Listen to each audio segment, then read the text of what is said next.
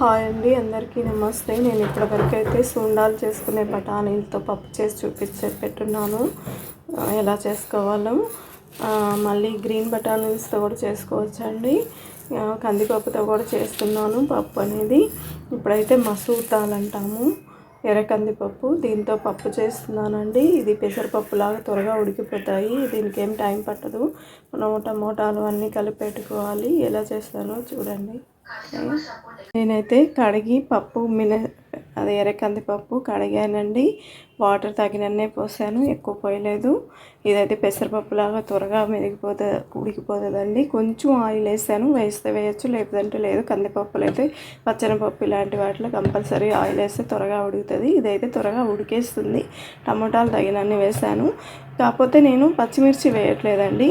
నేనైతే ఇది కొంచెం బాయిల్ అయిన తర్వాత ఇప్పుడైతే స్టవ్ మీద పెట్టేస్తున్నాను. కొంచెం బాయిల్ అయిపోయిన తర్వాత ఈ కారం తగినంత వేస్తున్నాను. మంచి టేస్ట్ని ఇస్తుందండి ఆశీర్వాద్ మసాలా కారం. అందులో అంటే నేను వాడుతున్నాను, అది మంచి రుచిగా ఇస్తుంది, అందుకనే వేస్తున్నాను. దాని గురించి నేను ప్రత్యేకతగా చెప్పాల్సిన అవసరం లేదు, వాడు చూడండి మీకే తెలుస్తుంది.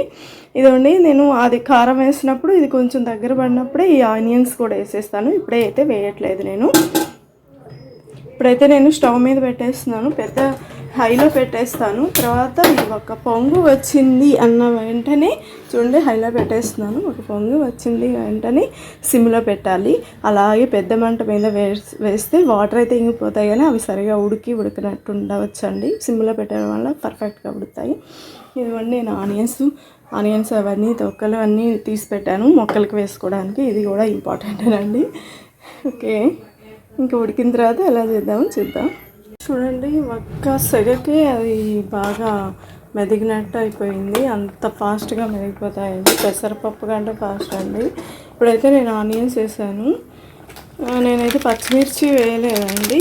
ఈ కారం లేకపోతే మనం కారపొడైనా వేసుకోవచ్చు. ఇదైతే మంచి రుచి టేస్ట్ ఉంటుందండి. ఇది తగినంత వేసుకుంటున్నాను, లేదంటే సాంబార్ పొడితో వేసుకొని కూడా పప్పు చేసుకోవచ్చు. ఎండుమిర్చి అయినా వేసుకోవచ్చు. తగినంత వేసేసాను. ఇప్పుడైతే సిమ్లో పెట్టేద్దాం.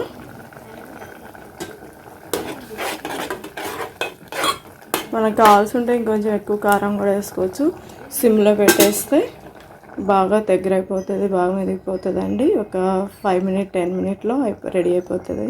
ఉప్పు మెదిగే లోపల ఒక 5 మినిట్లో నేను పొద్దున టిఫిన్ గిన్నెలన్నీ కడిగి పెట్టేస్తాను. అవి ఎప్పుడప్పుడు కడిగేస్తే బాగుంటుందండి. అన్నీ స్టోర్ చేసి పెట్టుకొని చిరాగ్గా కాకుండా అన్నీ వాష్ చేసేసుకున్నాను క్లీన్గా. కట్టలేదు ఇవి. మళ్ళీ మనం మధ్యాహ్నం లంచ్ అయిన తర్వాత ఎప్పుడప్పుడు కడిగేస్తాను. ఓకే, ఎంత ఫాస్ట్గా ఇలా పెట్టి ఇలా వచ్చాను. వాటర్ కూడా ఇంకిపోయాయి. సిమ్లోనే ఉంది. సిమ్లో పెట్టుకోవడం వల్ల మనకి త్వరగా వంట అవుతుందండి.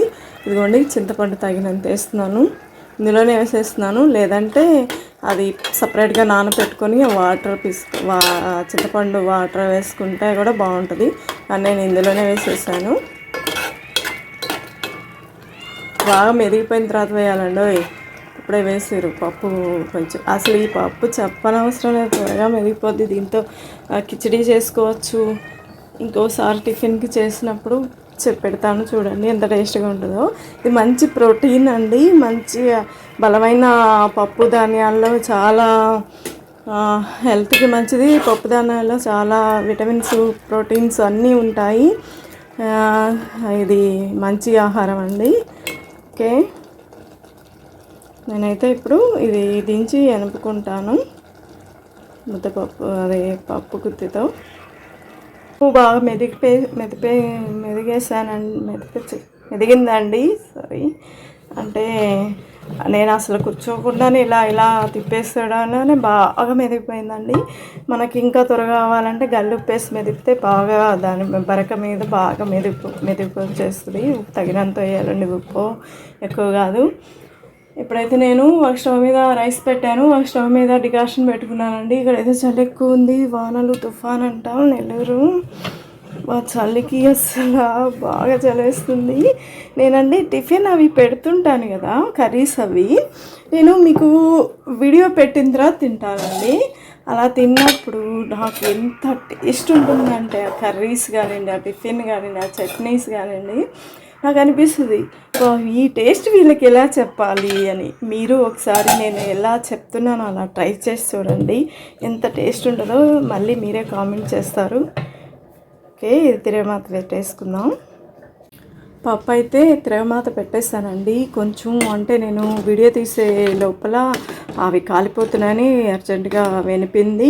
తిరగమాత ఏం లేదండి, పప్పులో బజ్జీలు అంటే బజ్జీ, వంకాయ బజ్జీ, మిరపకాయ బజ్జీ ఇలాంటి వాటిలో ఉప్పు మిరపకాయ కంపల్సరీ టేస్ట్ని ఇస్తుంది. పులుసుల్లో, తాలింపుల్లో, పచ్చళ్ళలో ఎండుమిర్చి టేస్ట్ని ఇస్తుంది. ఇవే కొంచెం తేడా చూసుకోవాలి. ఇంకా సేమ్ తిరగమాత ఆయిల్ అయితే తగినంత వేసుకోవాలి, ఎక్కువ కాకుండా. మళ్ళీ వచ్చేసి ఏ తిరగమాతలో అయినా అండి మనకి కస్తూరి మేతి దొరుకుతుంది కదా బయట షాపుల్లో, అవి మనము ఏ తిరగమాతలో అయినా కొంచెం వేస్తేనండి ఆ టేస్ట్, ఆ స్మెల్ అదిరిపోద్ది. అది అయిపోయింది, తెచ్చినప్పుడు పెడతాను మీకు వీడియోలో. టేస్ట్ అయితే భలే ఉంటుందండి. ఉంటే మీ ఇంట్లో తప్పకుండా అన్ని తిరగమాతల్లో ఒక చిటికెడు అలా వేయండి. అంటే బాగా ఆనియన్స్ తిరగమాత మొత్తం కాలిపోయిన తర్వాత ఒక చిటికెడు కస్తూరి మేతి ఆకు అలా వేయండి. ఓకే, రైస్ అన్నం కూడా ఉడికిపోయిందండి. ఇది కొంచెం సిమ్లోనే పెట్టాను. ఇది ఉడికిన తర్వాత మనం అంతలోపల నేనైతే గ్రీన్ టీ అదే కాదండి, లవంగాలు, టీ పొడి డికాషన్ పెట్టుకున్నాను. హనీ వేసుకొని, చెప్పాను కదండి ఇక్కడ చలి ఎక్కువ ఉంది బాగా అని, ఇలా వేసుకొని తాగేస్తున్నాను. కొంచెం చలికి మనకి చలి అనిపించదండి, మంచిది కూడా ఇలా తాగడం. లవంగాలు వేసుకున్నాను. చలికాలం ఇలా అంటే మనకి బ్లాక్ టీ అన్నట్టుగా అనమాట. ఈ హనీ మూతలు అన్నీ బాటిల్ మూతలు టైట్ అయిపోతున్నాయండి. అవి చలికేమో అవి మనం మూత తీసేటప్పుడు దాని మీద ఒక క్లాత్ వేసి కాటన్ క్లాత్ పెట్టి తీయండి, బాగా వచ్చేస్తుంది. అలాగే చేస్తున్నాను, లేదంటే అవి రావు, మనం చేతుల నొప్పులు రావాలి, అందుకని అలా చేస్తున్నాను. ఇప్పుడైతే మనం ఇది స్టవ్ ఆఫ్ చేసేసుకున్నాము. అంటే వైట్గా కొంచెం పొంగు వచ్చిన తర్వాత ఆఫ్ చేసుకుంటే బాగుంటుందండి, అది చెడిపోకుండా. ఇది మనం కొంచెం ఒక్క అంటే నేను హెవీలో పెట్టాను. అది కొంచెం అట్లా దగ్గర పడిన తర్వాత తీసి ఈ గిన్నె తీసి నేను అన్నం డబర్ మీద పెట్టేస్తాను. ఆ వేడికి బాగా అది సెట్ అయిపోతుంది. ఓకే, థ్యాంక్ యూ అండి. ఇంతే. అది ఇది చూడండి, నురుగు వస్తుంది కదా, అలా నురుగు వచ్చిన తర్వాత స్టవ్ బంద్ చేసి బాగా నురుగు వచ్చిందంటే బాగా కింద మీద బాగా ఉడికిన, అది బాగా ప్రెషర్ అయ్యింది, బాగా ఉడికిందంటే పప్పు అనేది మనం ఈ గిన్నె తీసి వేడి గిన్నె మీద పెట్టేస్తే అన్నం కూడా అండి నేను చేతి వేళ్ళ కొలతే పెడతాను, కరెక్ట్గా సెట్ అవుతుంది. పాత బియ్యానికి అయితే ఎట్లా పెట్టాలి, కొత్త బియ్యానికి అయితే ఎలా చేతి వేళ్ళ నీళ్ళ వాటర్ పెడతాను అంతే. అది పొడిగా చాలా అన్నం బాగా మెత్తగా ఉంటుంది, పొడిగా ఉంటుంది. అది ఎందుకు సిమ్లో పెట్టి మనం ఉడికించుకుంటున్నాం కదా, అందుకని. ఓకే, చూడండి ఇలా ఉడకాలి. పప్పు అయితే కంపల్సరీ ఇలాంటి పొంగు అయితే రావాలండి, అప్పుడే అది మనకి పర్ఫెక్ట్గా అయినట్టు. Okay, thank you. Masoor dal పప్పు రెడీ అండి, చాలా టేస్టీగా హెల్తీగా. మీరు ప్రిపేర్ చేసి చూడండి, అసలు నేను చేసినట్టు కూడా చాలా టేస్ట్ వస్తుందండి. మీకు ఆల్రెడీ వచ్చు, కాదనట్లేదు, కాకపోతే ఇలా కూడా ట్రై చేయండి. అన్ని చిట్కాలు పాటించి చాలా టేస్ట్ ఉంటుంది. Okay, thank you.